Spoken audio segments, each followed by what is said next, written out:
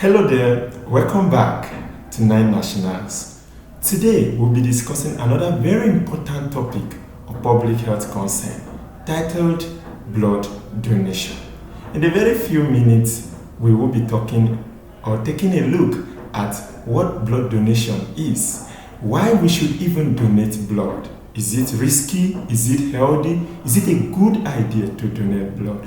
We'll also look at public health attitude or the public's attitude towards blood donation. And what is the WHO recommendation as regards to blood donation? As in, who should donate and how often should these persons donate? Then we also have some advices for our commercial donors, those who donate for money publicly. What advice do we have for them? And then, if eventually, at the cost of listening to this video, you are moved to donate, how do you go about it? We'll give the advice and generally give you an overview of what the whole blood donation system is. So before we jump right in, do not forget, if you are a previous subscriber, welcome back. Before you leave, remember to like our video, leave us a comment. And if you are a new subscriber, please subscribe to our page. We need you. We like your contribution. That is why we want you to actually leave a comment and on your notification. So let's jump right in. What is blood donation? There are a lot of disease situations, or there are a lot of diseases out there, or there are a lot of clinical emergencies that requires blood transfusion. Blood transfusion is simply the process of giving blood to someone. Now, before blood is given to someone, there is a need for the blood to be collected from the person that has sufficient blood. This process of collecting blood from somebody who meets up the requirements or who has sufficient blood is what we call blood donation.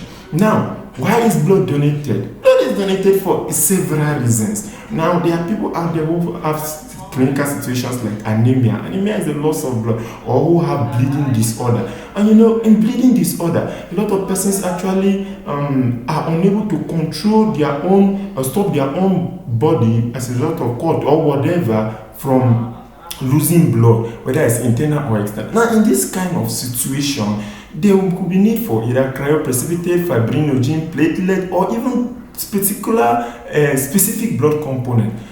There is a need for us to collect blood from people who have sufficient of it, take what these persons need and administer to it. There are several other disorders out there, like liver diseases, infections, burn, or even surgical procedure. How about giving birth? Every day you go to hospital, you see people giving birth, right? There is always a need for blood because these persons may lose high rate of blood in the course of giving birth. And so there is a need to take blood and administer to these people. But how can we administer blood where there is no blood to be administered? So you see where it becomes important for you to donate blood. So let's talk about this. If there is a need to donate blood, of what benefit it is that need to you who is actually giving out the blood? Well, there is so many benefits of donating blood if you're actually a blood donor. So, if not for anything, the fact that you are saving lives is important. Because when you donate blood, you are saving life. And when you come to donate blood, there is a free checkup. We will screen you for all of those STIs and STDs and also check other parameters for you, like your weight, your height. We do it for you for free. So you see why donating blood is important. And also, when you are donating blood, you are helping your loved ones. You are helping humanity in general. You are helping your country. You are helping your community. And you are boosting the economy of your country. A lot of people who are actually going to hospital bed who need blood components are actually underproductive. When you contribute through as little as blood donation, you are helping them to get back to their normal day-to-day work. And those who are actually 9 to 5, they go back to do their work. If I am in need of blood, for instance, now, and I do not get the blood, of course, I will not be making this video for you today. I will be sitting down somewhere. And being a blood bank guy, if I actually am in need of blood and I do not get the sufficient blood, I will be stuck to a hospital bed. Then there will be nobody to help screen and actually process blood that is needed to transfuse other people. So, blood donation is a very important factor. I don't know if you're actually following me and if you're actually enjoying this gist. Then another important factor for us to talk about is the public perception or attitude towards blood donation. One of my very good senior friends and my teacher in this field, MLS Reginald back at FETA mentioned something. He said the biggest problem or the biggest challenges of blood donation in Nigeria as far as the National Blood Transfusion Service is concerned is the poor attitude or the refusal of Nigerians to donate blood. And this attitude stems from the fact that most Nigerians believe that for me to donate blood, it must be that it is my relative that is receiving that blood, or it is my child that is receiving that blood, or it is my wife. Most time when I tell people, hey, please go donate blood, I say, no, why will I give my blood to someone else? What of if you fall down now? Who will give you his or her blood? We need to donate blood because humanity needs help. A lot of persons are sick out there. If you are in need of fibrinogen, when they bring it to you to give to you at that hospital where you are stopped, will it be asked whose fibrinogen is this? No. So you have to donate blood. We have to change our ideology or our mentality towards blood donation. Be positive towards blood donation. That is the WHO recommendation. You donate blood voluntarily for others, not basically because that is your relative there needing the blood. So you see, whether we like it or not, 85% of Nigerians have never donated blood. It's not my saying, it's research have proven that. And imagine a population where 85% of the population have not donated blood. We have so many persons, about how many, thousands of persons in the hospital who need blood daily. And whether you like it or not, the very small percentage of persons, 15% who have ever donated blood, up to 90% of them are doing that for monetary gain. That is to say, a very large percentage of people who donate blood are donating it because of the remuneration given to them. But the WHO standard says that the blood donation should be done on a voluntary basis and commercial donors should be discouraged. Why is the WHO saying this? The WHO is saying this because, one, for those who donate blood for money, there's high chances or high risk of one endangering themselves. Why is that so? When people want to actually donate blood for money, they do not consider first the interest of the patient. So what they do is that they come here and donate blood, and then the next 1 month or less than 1 month, they go to another facility and say, I want to donate blood. And if for any reason we are able to test and see that the person actually have enough PCV and meet up all the parameters, we go ahead to bleed the person. But that is risky. But the scientist is doing that because he or she does not know that this person has not stayed up to 3 months, which is the recommended window period before you can donate again in terms of whole blood in Nigeria. And the WHO say, this person is endangering themselves because if you donate blood, you must stay and wait to the required window period that has been stated by the blood bank unit that you must stay before you donate again. So, you see why it is dangerous. And those people will be stressing their bone marrow because they have not stayed for their body to recover. When you donate blood, I will say stay for the next 3 months before you donate blood. So, you should donate for a maximum of 3 times in a year period if you are donating whole blood.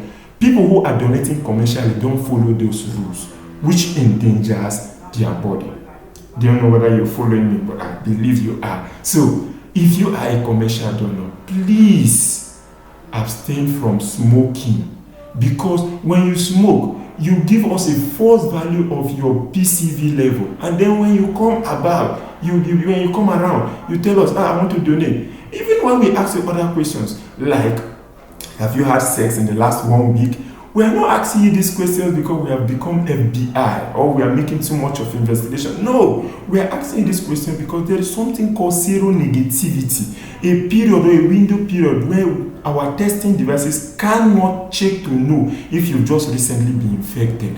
So, when we are asking this question, we want to know if you had sex in the last 1 to 2 weeks, you should not donate. Because you do not know the status of the person you had sex with. We do not want to endanger anybody. Because just because we tested you and it showed negative now, does not mean that you are completely safe. So we are interested in our patients being well. And we are also interested in you being well. Which is why we screen you for free. And we ask you, when last did you have sex? We will ask you this question. Okay, if the person you have had sex with, is it your partner? Has that person ever been screened of any STI? Is the person actually on hepatitis treatment? We are asking this question because we need to know, we need to guarantee the safety of those who receive this blood. I believe you are following me and you are enjoying this gist. Okay, let's proceed. Now, we have discouraged commercial donors or people who donate blood for money from smoking. And we have said if you are going to donate blood, please do not smoke to elevate your PCB falsely. Please do not tell us lies about when last you have sex. Please also avoid donating in this facility and move to another facility after 1 month or 2 months. In abroad or in other countries, donation period for a whole blood donor might be 2 months, which is eventually 8 weeks. But in Nigeria, we recommend a 3-month period because we believe that at least in the next 12 weeks, your body cells have recovered fully. So please, if you are somebody who donates blood for money, besides discouraging you to stop donating blood for money, I am also saying do not mislead us when you come around. When you donate blood, give yourself full time to recover. And if you have not donated blood, you are not helping humanity. Please go and donate blood. Go to the closest health facility near you and donate blood. Yeah, let's move on. So, before you forget, know that your primary reason for donating blood is to help humanity. So, you need to cut off that idea of trying to make money out of blood donation. Now that we have established this clearly, what happens when you eventually are moved to donate and you show up in a health center or in a blood bank donation day that you want to donate? Well, we are going to have a look at several factors. These factors include one, your age. In Nigeria, for instance, the age for you to donate blood is 18 to 65. But if you go to the abroad, there are other countries, there are lots of other countries like the United States that allows from age 16. Why do we say a person should be from up to 18? Because that is an adult age. And now, why are we saying that? Because that is the age at which you can give us your consent. Consent is the permission we seek from you to collect your blood. Just because you came to the hospital and said, I want to donate blood, does not mean we will now, just begin to bleed you or collect your blood. No, we can't do that. What if you collapse? What will not happen? We'll be going to jail. So we ask for your permission. Do you understand? Because some persons, because they do not tell us the truth, like those ones who are those G class of people who want money. Some of them, they donate here. We can actually have a situation where they just collect blood from them, and before they stand up, they are already collapsing, and we have to rush them to the emergency.